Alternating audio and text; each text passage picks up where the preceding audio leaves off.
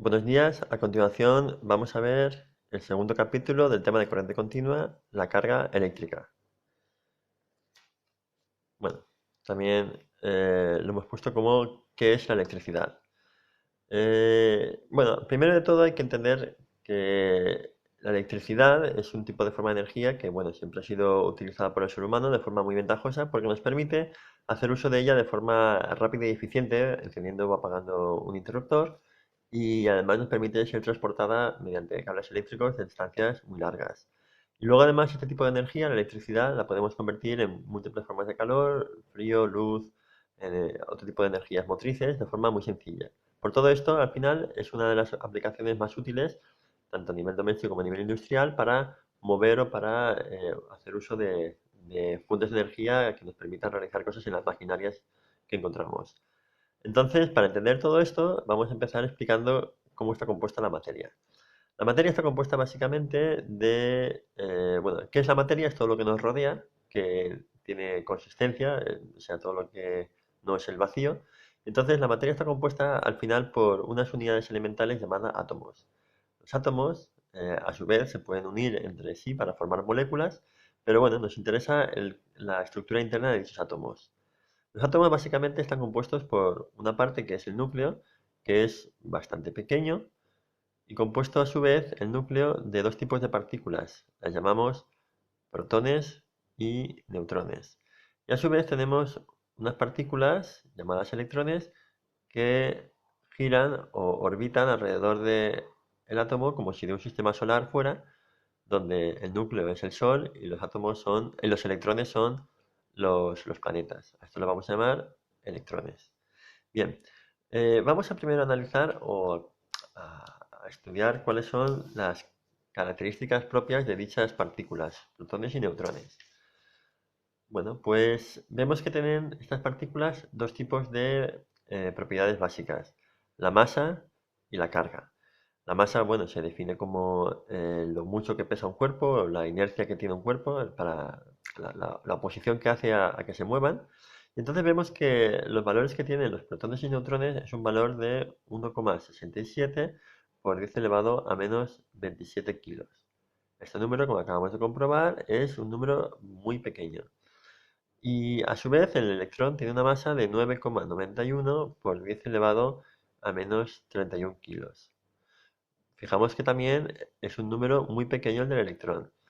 De todas formas, hay que decir que si comparamos la masa del electrón con la de un protón, pues aquí tiene un menos 31 y aquí tiene un menos 27. Es decir que este tendrá como cuatro ceros o en orden de en torno a unas 10.000 veces más peso tiene un protón y un neutrón que un electrón. Es decir, si el protón y el electrón son pequeños, el electrón es todavía mucho menor.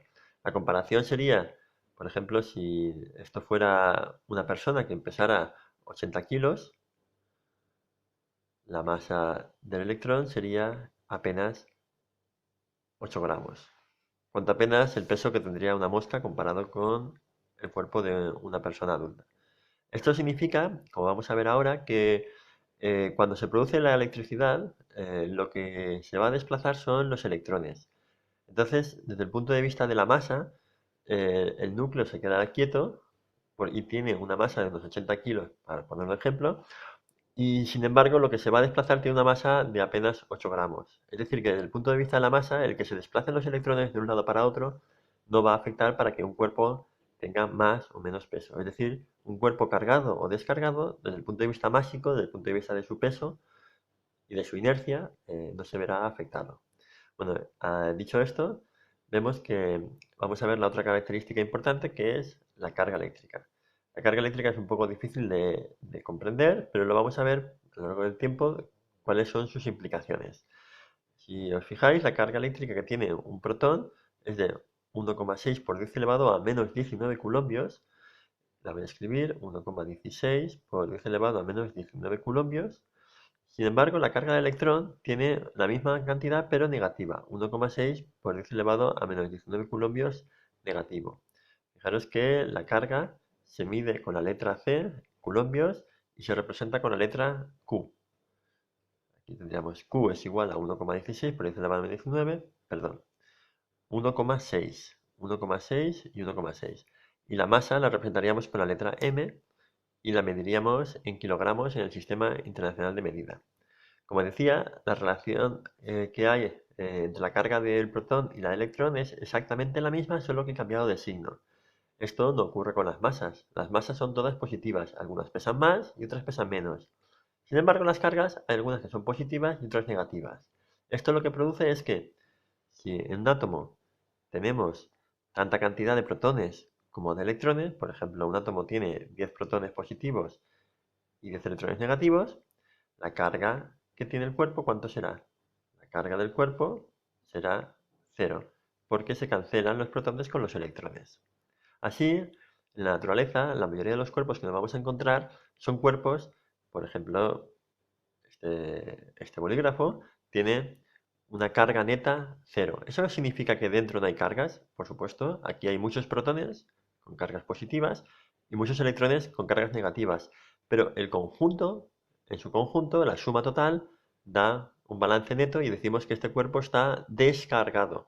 Entonces, hablamos de la carga de un electrón o de un protón como un valor característico, pero cuando hablamos de un objeto, decimos que está cargado o descargado si tiene más electrones que protones o si tiene menos electrones que protones. Si le hemos metido electrones, el cuerpo estará cargado negativamente. Si en cambio le quitamos electrones, el cuerpo estará cargado positivamente. ¿Vale? Bien, pues con esto más o menos tenemos explicado la primera parte. Hay que decir que, bueno, como veremos más adelante, lo que se mueven o lo que se desplazan son los electrones.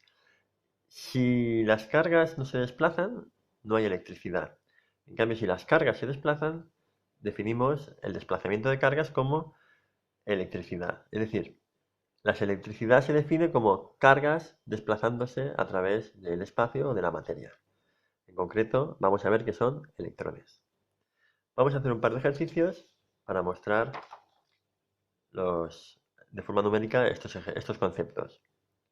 Ejercicio número 1. El núcleo de un átomo de hierro tiene 26 protones y 29 neutrones. ¿Cuál será la carga y la masa de dicho núcleo? Bien, cogemos y multiplicamos 26 por la masa que tiene un protón más 29 neutrones por la masa que tiene dicho neutrón. Multiplicamos y nos da 9,185 por 10 elevado a menos 26 kilogramos. Y en cuanto a la carga, haremos la misma operación, multiplicaremos 26 protones por la carga que tiene un protón. Si miramos protón, tiene una carga de 1,6 por 10 elevado a menos 19. Y lo escribimos. Más 29 neutrones por 0 coulombios. Eso da 4,16 por 10 elevado a menos 18. El proceso para calcular la carga o la masa de un átomo o una molécula basta con multiplicar el número de componentes por sus valores característicos o valores intrínsecos. Vamos a ver el segundo ejercicio.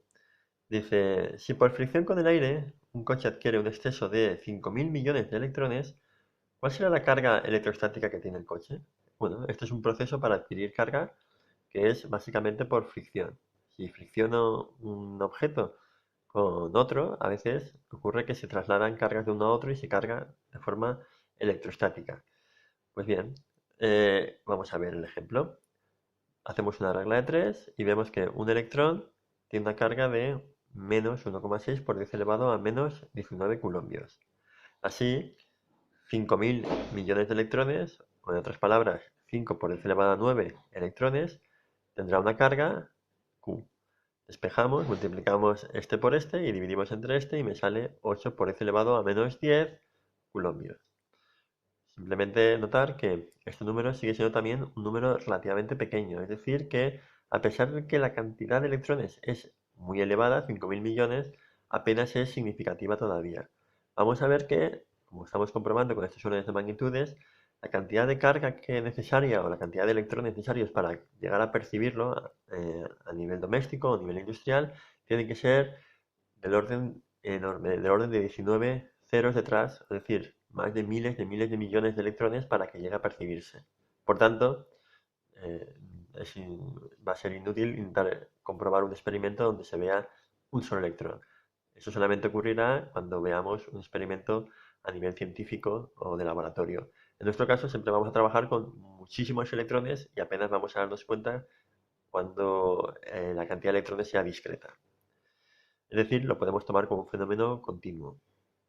Bien, continuando con el ejercicio número 3, calcula la carga de un ion positivo de sodio. Bueno, creo que no lo hemos definido antes, pero un ion básicamente es un electrón al que le hemos quitado, arrancado o incorporado un electrón o dos.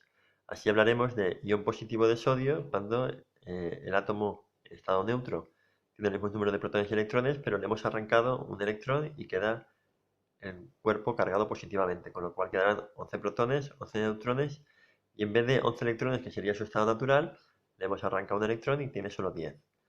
¿Vale? Pues para calcular la carga hay que fijarse que tenemos 11 protones, 11 neutrones, 10 electrones.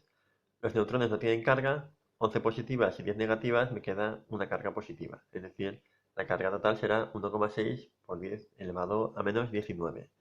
Este mismo proceso se podía haber hecho de forma más laboriosa, multiplicando 11 por 10 por 1,6 por 10 elevado a menos 19, más 11 por 0, más 10 por menos 1,6 por 10 elevado a menos 19, y daría el mismo resultado.